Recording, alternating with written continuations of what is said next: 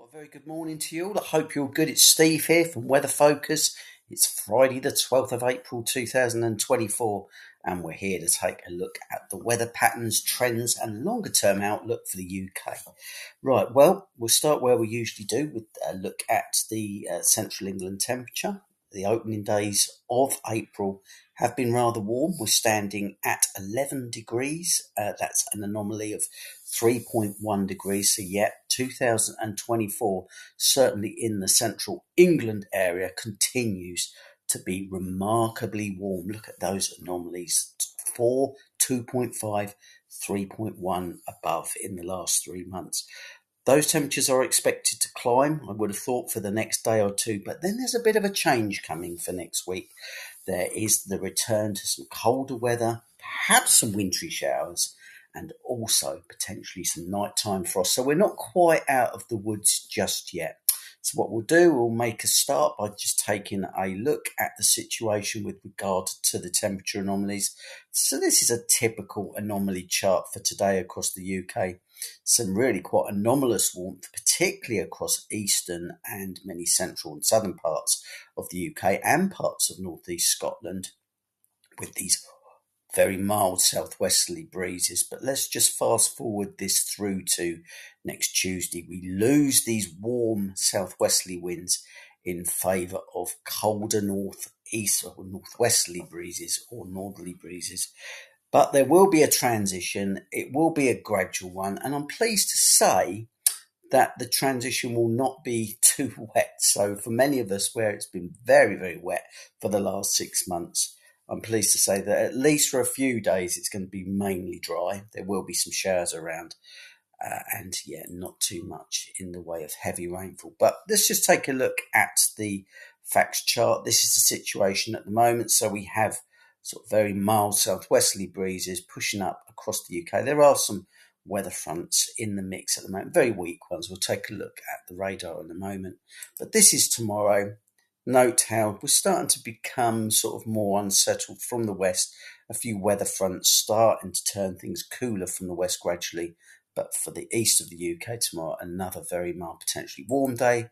By Sunday, we've lost that first push of really mild air. It is cooler, but it's mainly dry. But it's not until we get to next Monday that we start to bring in the real attack of colder air from the northwest. This is the situation at noon on Monday, with fronts pushing through and showers.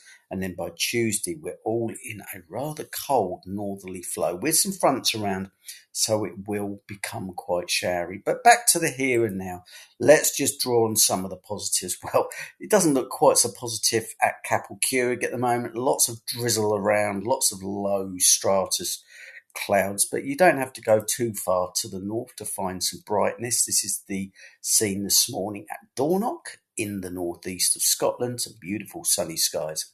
And also if we head down to the southwest, down to Penzance at Newlyn Harbour, look at that, beautiful down there. Some lovely clear sunny skies, well, about to be sunny with some high level cirrus. So there is some positives, but as I've mentioned, there is a little bit of showery rain around in some parts of the UK, particularly across parts of Northern Ireland, across the Irish Sea and across parts of Western Scotland. And I've noticed some parts of those Cumbrian fells, and that is because there is that weather front. It's just sitting across those areas at the moment.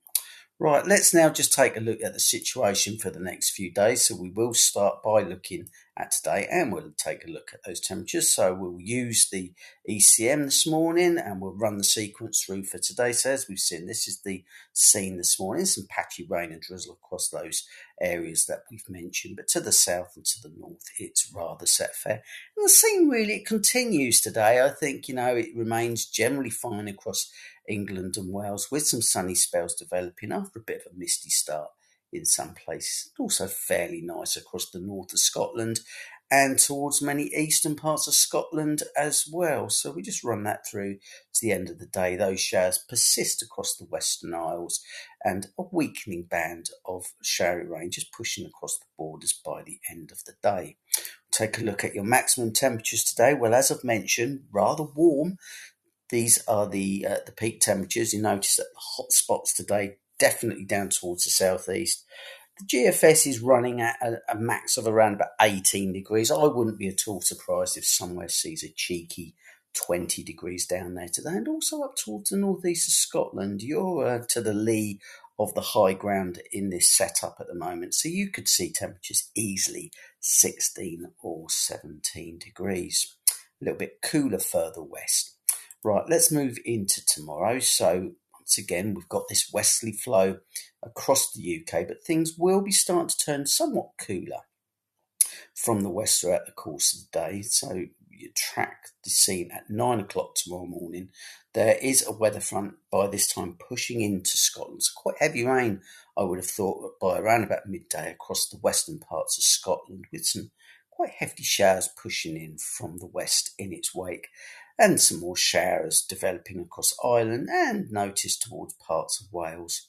Throughout the course of the afternoon, those showers continue across the western parts of Scotland. Just notice that perhaps in that slightly cooler air, some of those showers will be starting to turn a little bit wintry over the hills and mountains, but they will generally be pegged back to the western coast. And tomorrow, to all intents and purposes, is another generally dry day with some bright spells, but as I've mentioned, those showers will be across many parts of western Scotland and parts of Northern Ireland.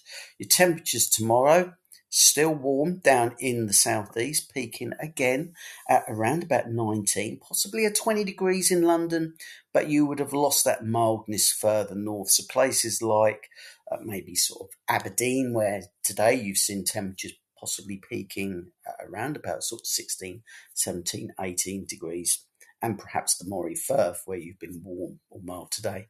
You'll notice a bit of a change in temperatures tomorrow, with those temperatures falling back into the high single digits.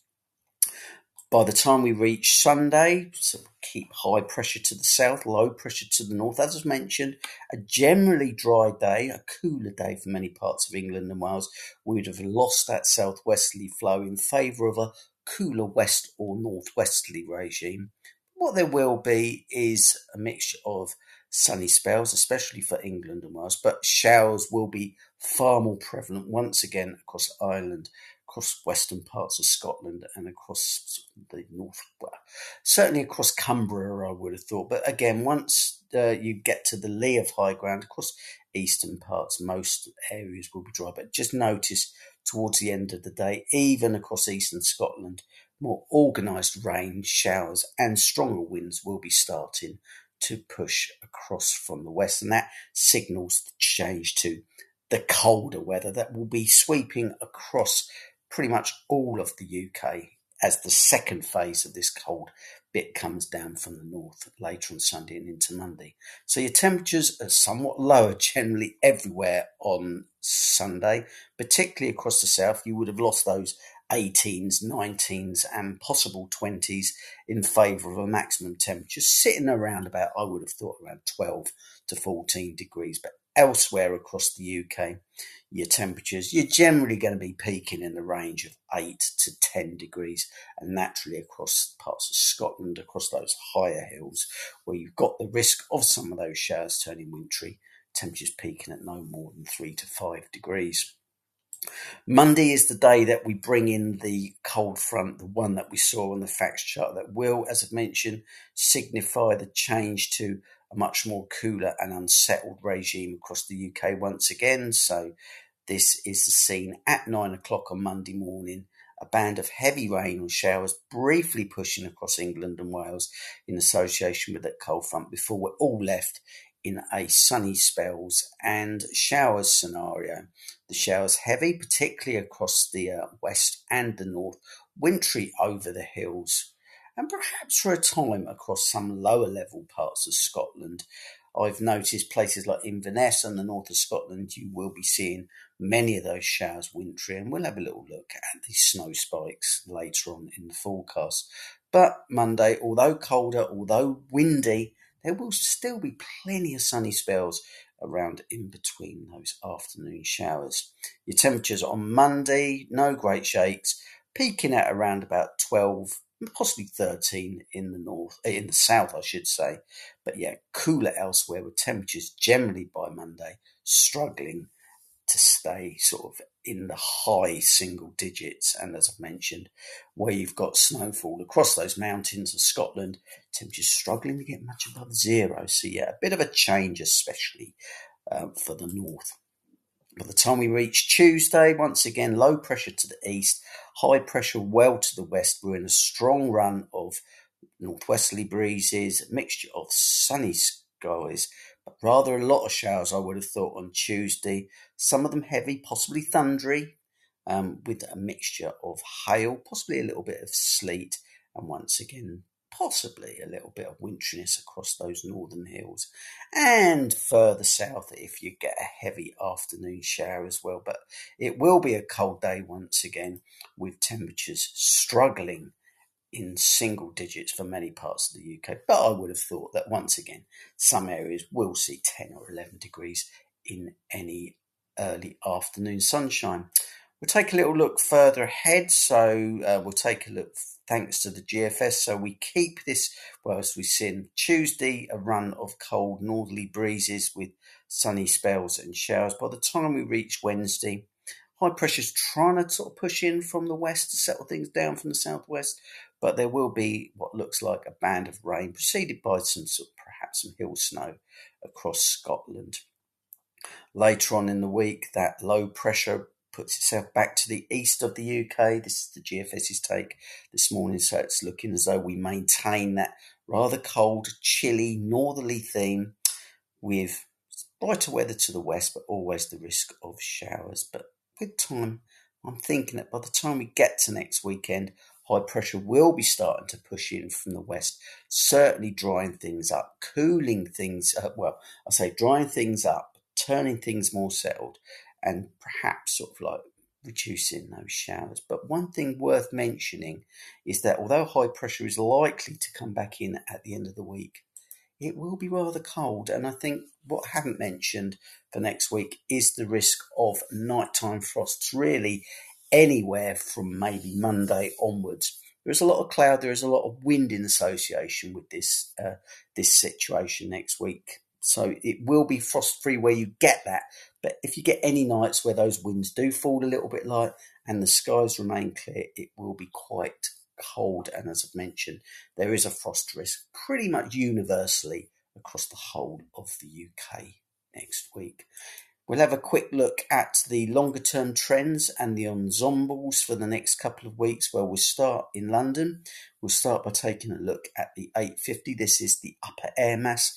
So we can see that, we're warm for the next couple of days, but then they take that tumble, don't they, on Sunday. And then next week is rather cold with just a slow recovery to something closer to normal. But around about the 20th, you've got to say that the spread on those ensembles is pretty marked. So there's no real confidence in any one solution. But I think based on probability, it's likely to remain on the cooler side, certainly towards the end of the month. And if we just take a look at the 2 metre temperature profiles for London in that period, where there you see the warm couple of days coming up, the fall off next week before a potential recovery around about the 20th. But also below confidence, as I've mentioned, quite a bit of a spread on those ensembles.